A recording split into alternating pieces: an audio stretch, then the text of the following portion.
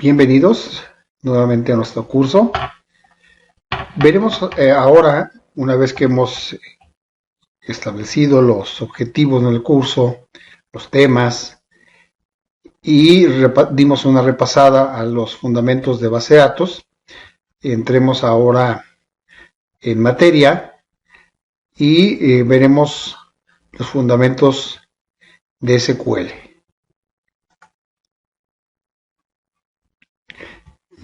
Bueno, si bien el SQL pues no puede ser considerado un lenguaje de programación, puesto que carece de todas las estructuras de control, es decir, no tiene estructuras ni condicionales o iterativas, y esto pues no le permite ser un lenguaje de programación. Sin embargo, es un lenguaje cuya gran complejidad nos va a permitir realizar un sinnúmero de operaciones sobre base de datos, ya sea para crearlas, para administrarlas, para explotarlas.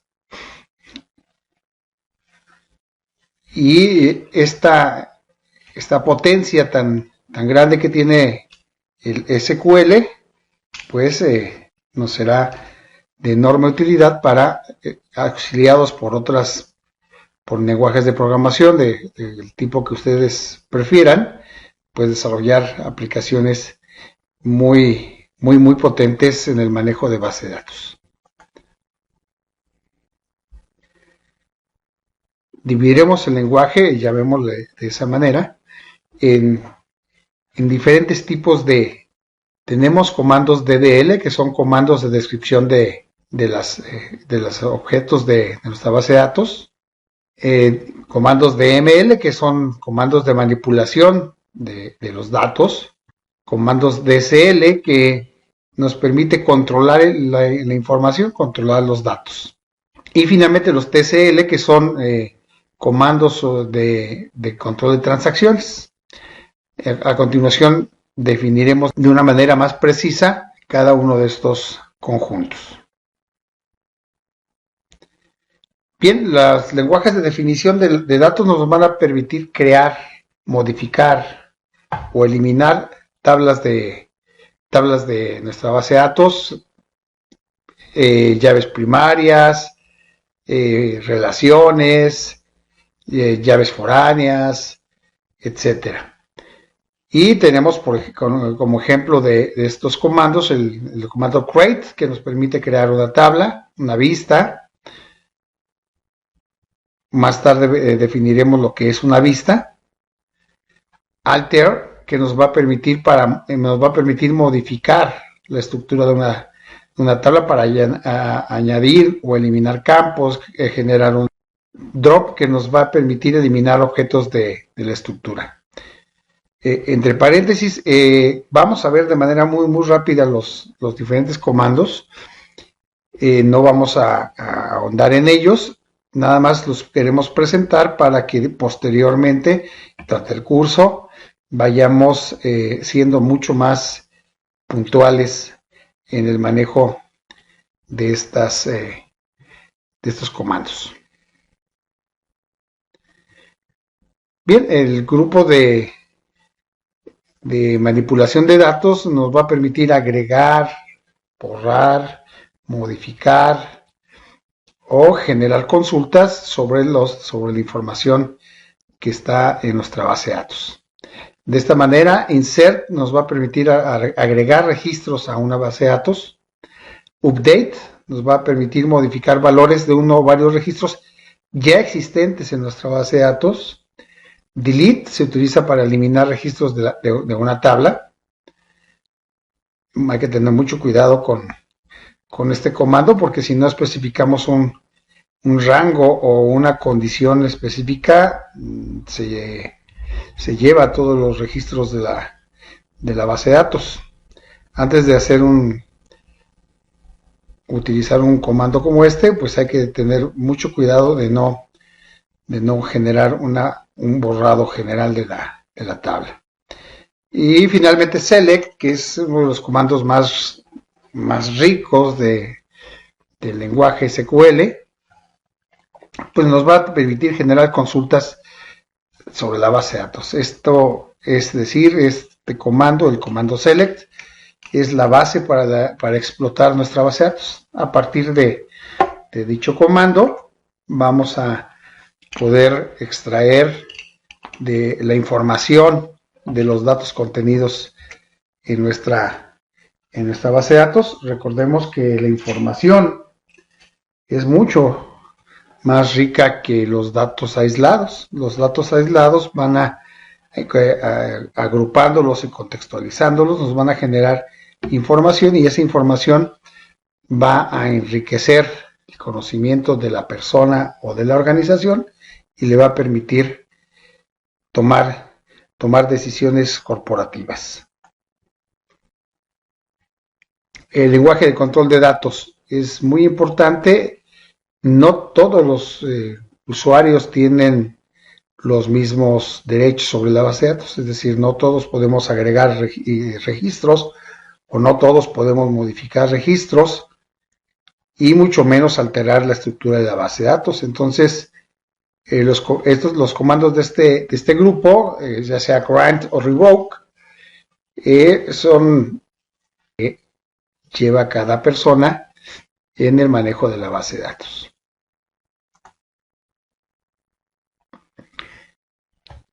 El lenguaje de control de transacciones. Las transacciones en una base de datos son importantísimas, y esto nos asegura que la información se actualice de una forma segura. Un ejemplo: si tenemos un sistema que maneja transacciones bancarias y hacemos un traspaso de una cuenta a otra, y en el camino sucede un error y no lo controlamos, es posible que se elimine el saldo de la cuenta origen y no se agregue esa información, es decir, no se agregue ese saldo y el movimiento correspondiente en la cuenta destino. Eso sería un problema enorme, porque estaríamos, entre comillas, robando a nuestro cliente. Y eso es una situación muy delicada. ¿Qué es lo que hacemos con el comando set transaction? Iniciamos una transacción. Una vez que la transacción termina de manera exitosa, es decir, se toma el saldo de la cuenta emisora, se registra el movimiento en la cuenta emisora, se agrega el saldo en la cuenta destino y se crea el registro en la cuenta destino. Una vez que todo esto sucede de manera exitosa, pues hacemos un commit para terminar la transacción. De no ser exitosa la transacción, es decir, en algún punto algo se rompió, la comunicación o algo, no termina de manera exitosa la transacción, entonces hacemos un rollback y todo regresa al punto donde se inició la transacción. Es decir, la base de datos regresa al estado original antes del set transaction. Y bueno, no sé, efectivamente tenemos un problema porque no se generó el movimiento. Podemos enviar un mensaje en el que hagamos del conocimiento de nuestro cliente que la transacción no se pudo llevar a cabo por alguna situación, pero la información de su cuenta quedó a salvo. Entonces, este grupo de comandos de nuestro lenguaje es muy importante.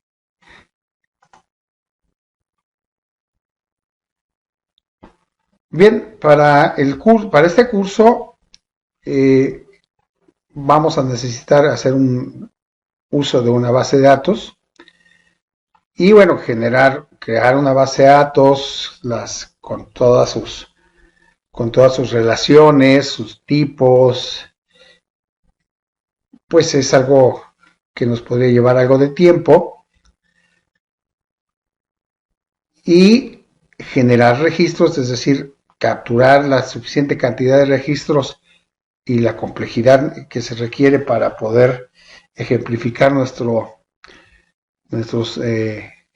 o realizar nuestros ejemplos, pues no sería nada corto. Entonces vamos a utilizar una base de datos de pruebas que ya está disponible en el internet, y esta base de datos se llama Sakila y es una base de datos que ya nos proveen los creadores de MySQL.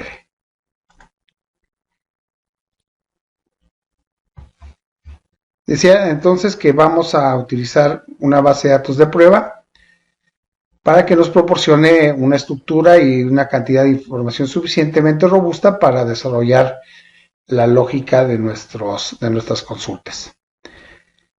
Hay un muy buen número de bases de datos que podemos descargar de internet, pero vamos a utilizar para este curso, recuerdo, la base de datos Sakila, y esta es la liga. Esta liga que está aquí nos va a llevar a permitir, o nos va a permitir descargar una base de datos de prueba, que es la que vamos a utilizar para este curso.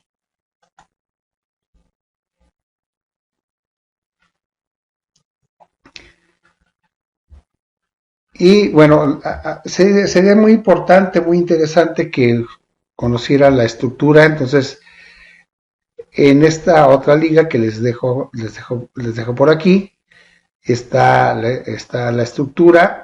Vamos a tener ahí un diagrama de relación que nos va a permitir visualizar de una mucho mejor manera la arquitectura de esta base de datos.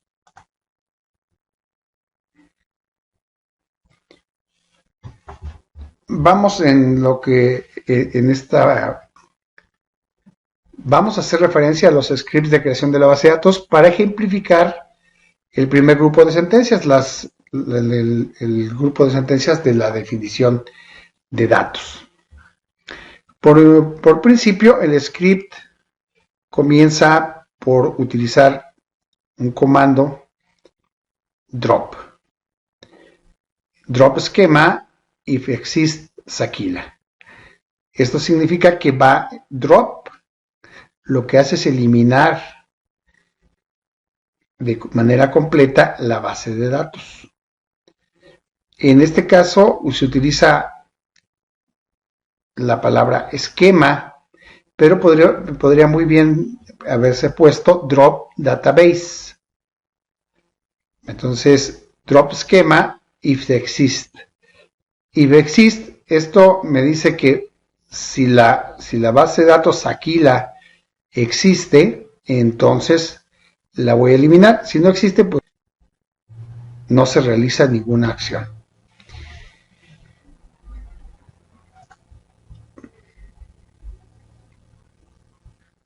Entonces, drop database o drop esquema borra la base de datos completita, todas las tablas, los procedimientos, los triggers, los contenidos, los índices, todo.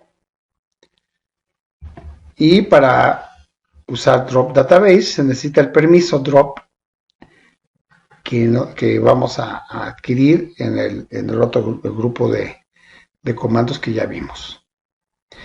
Decíamos que if exist se usa para evitar un error por si la base de datos no existe. Hay que tener en cuenta esto que les pongo aquí como una advertencia, como un warning, porque recuerde que si bien el SQL es un estándar, existen pequeñas variaciones de acuerdo al motor. Un esquema solo representa una parte del diagrama de base de datos. Entonces, en Oracle, esquema no sería exactamente lo mismo que database y no se podría utilizar de manera indistinta. Create database o create esquema, por las mismas razones que ya vimos. Esto me va a permitir crear una base de datos. Y aquí lo que yo voy a ponerle aquí, if not exists. Si no existe, entonces la creo. En el caso anterior, si existía, entonces la puedo borrar.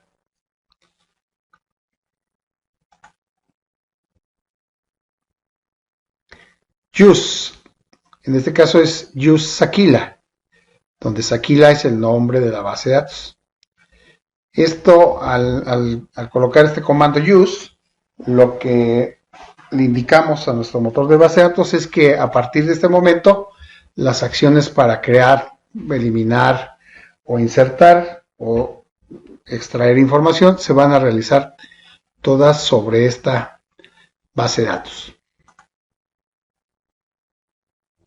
Create Table me va a permitir crear una tabla donde para poder crear la tabla pues le voy a definir cada uno de los nombres de las columnas con su tipo y algunos otros modificadores que vamos a ver un poquito más adelante. Entonces, Create Table me permite crear una tabla en la base de datos.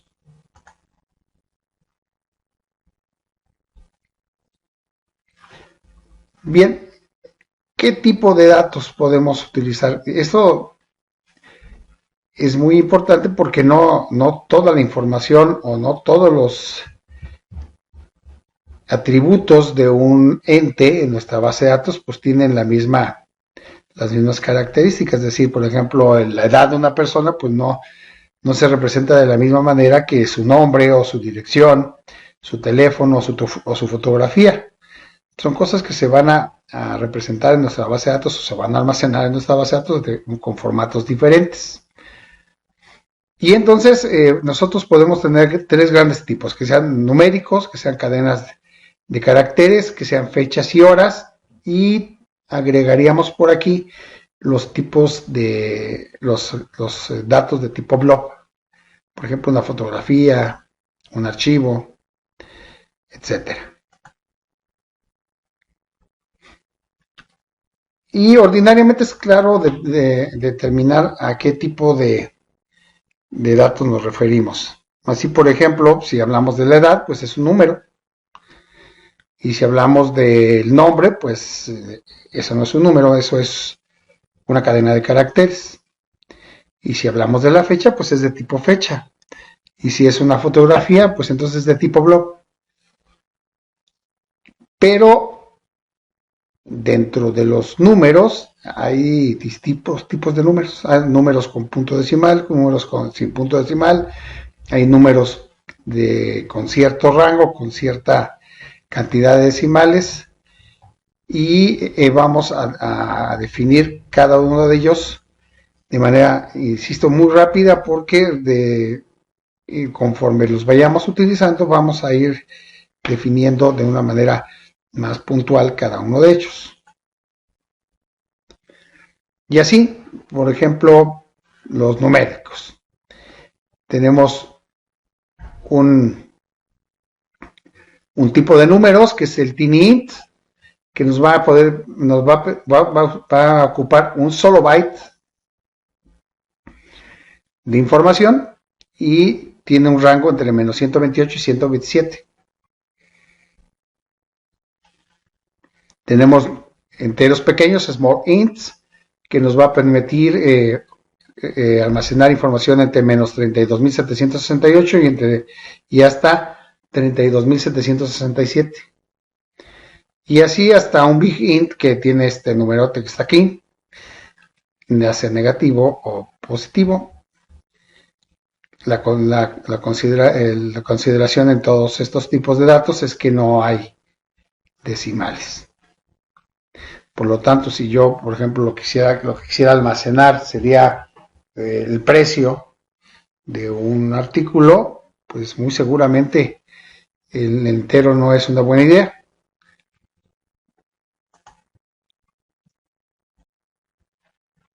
Lo que sí sería una buena idea es tenerlo como un número flotante.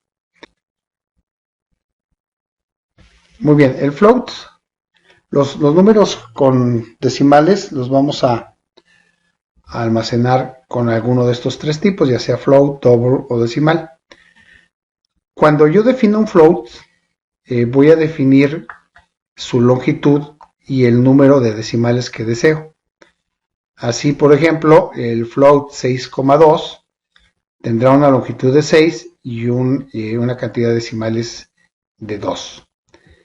Y como se menciona aquí en la tabla, el que tenga una longitud de 6 implica que voy a poder representar números entre menos 999.99 y 999.99. El signo de menos no se cuenta, pero el punto decimal sí. De esta manera, este número tiene una longitud de 6 y este tendrá también una longitud de 6 y 2 decimales, que es como lo definimos en este punto. El número máximo de decimales podrá estar entre 0 y hasta 24. Si yo necesito, por la razón que ustedes me puedan imaginar, si yo necesito más de 24 decimales, voy a tener que tomar en cuenta un número de tipo double. Si necesito todavía mayor cantidad de decimales, entonces voy a utilizar un decimal.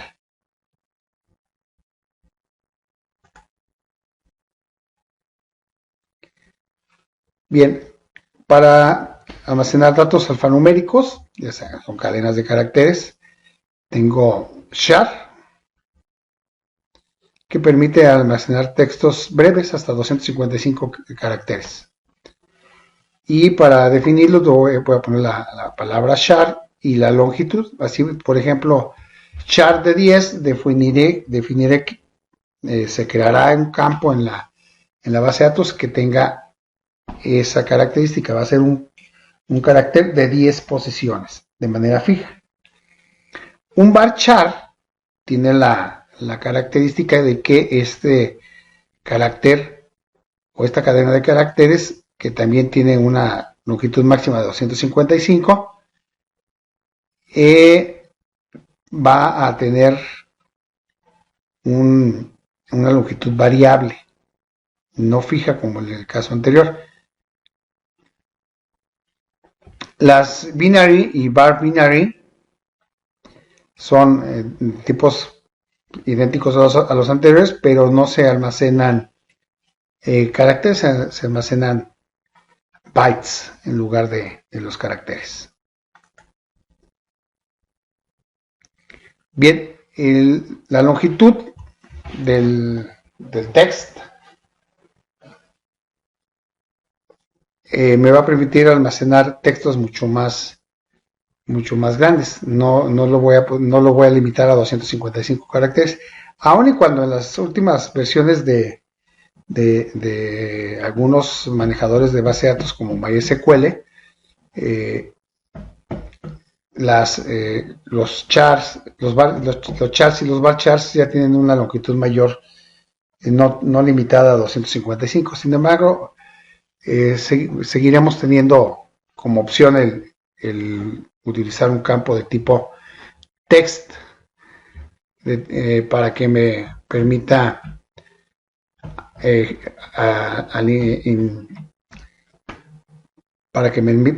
almacenar textos más grandes. Una de las diferencias es que un campo de tipo text no me permite generar índices y un varchar sí. Entonces habría que tomarlo en cuenta y el text utilizarlo solamente en aquella información que no necesito ordenar en un índice. Blob. El blob me guarda de formato binarios algunas cosas como imágenes o archivos comprimidos, etcétera. Y para el blob tengo también tiny blob, medium blob y long blob. Y aquí tengo el tiny blob es para 255 hasta 255 bytes. Y el long blob me permite almacenar hasta 4 gigabytes en este campo.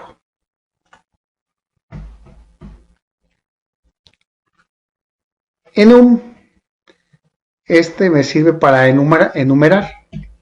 Permite establecer cuáles son los valores posibles que se le puedan insertar. Por ejemplo, si hubiera un campo estado, en el caso de México, pues tendríamos 32 valores posibles y no podremos almacenar ningún. Si pusiéramos ahí, por ejemplo,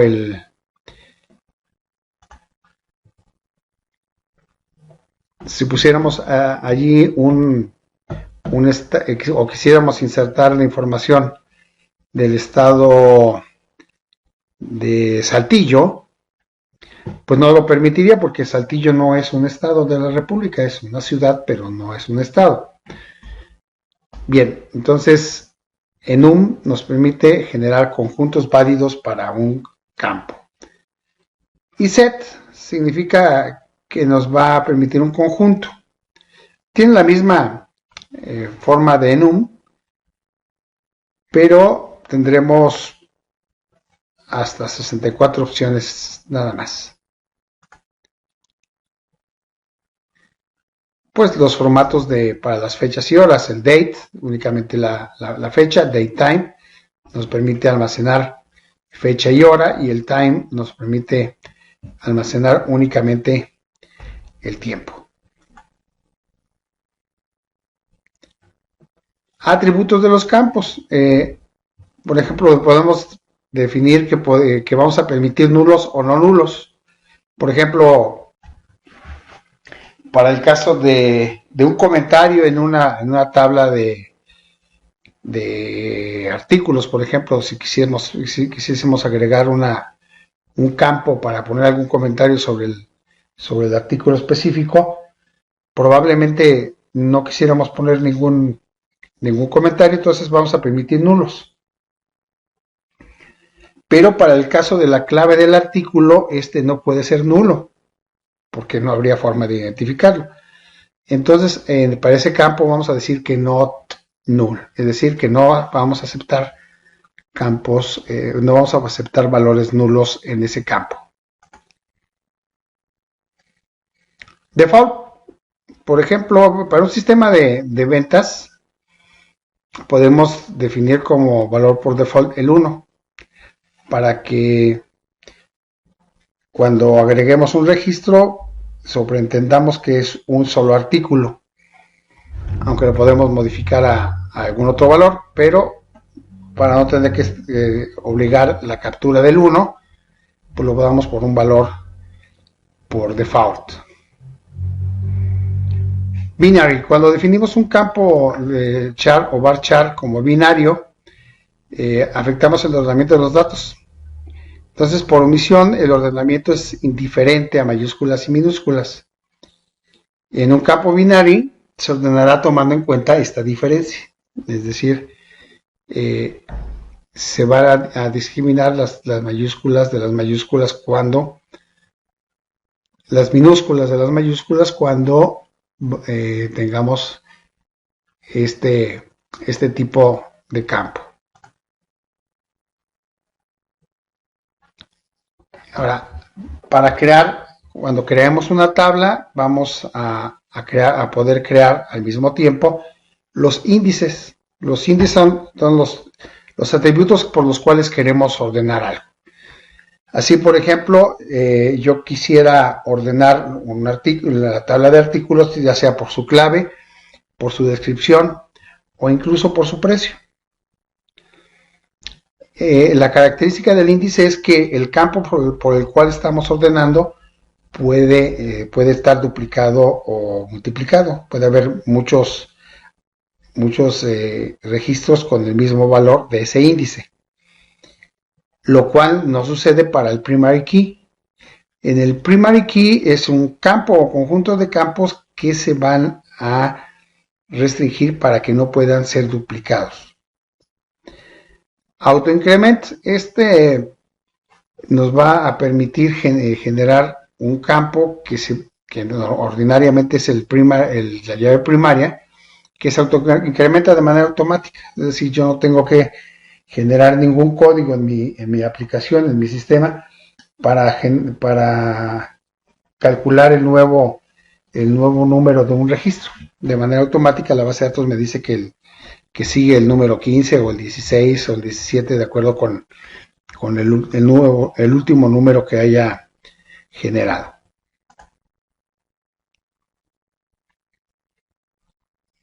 Y bien, pues aquí vemos un ejemplo de la base de datos que vamos a utilizar en este curso.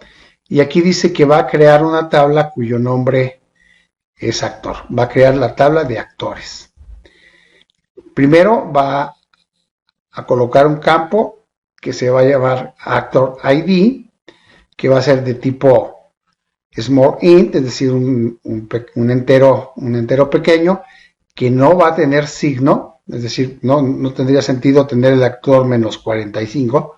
Entonces, por eso aquí le ponemos el modificador que es sin signo.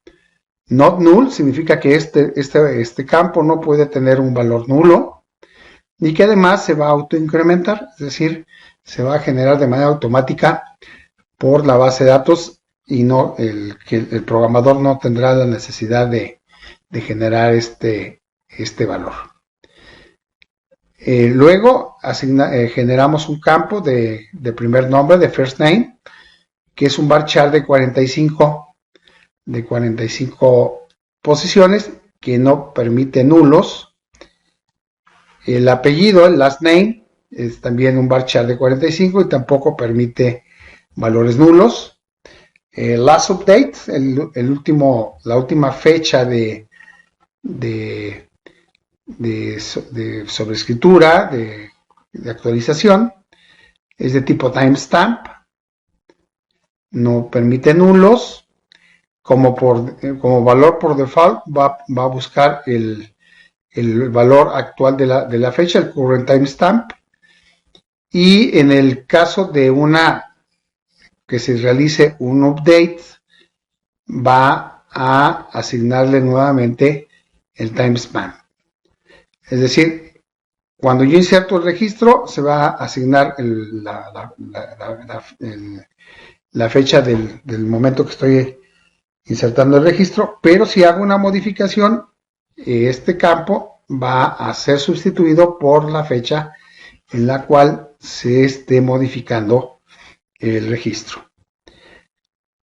Se está definiendo como llave primaria el identificador del actor, el actor ID, y voy a tener como llave, como índice, aquí este es el nombre del índice, a el apellido.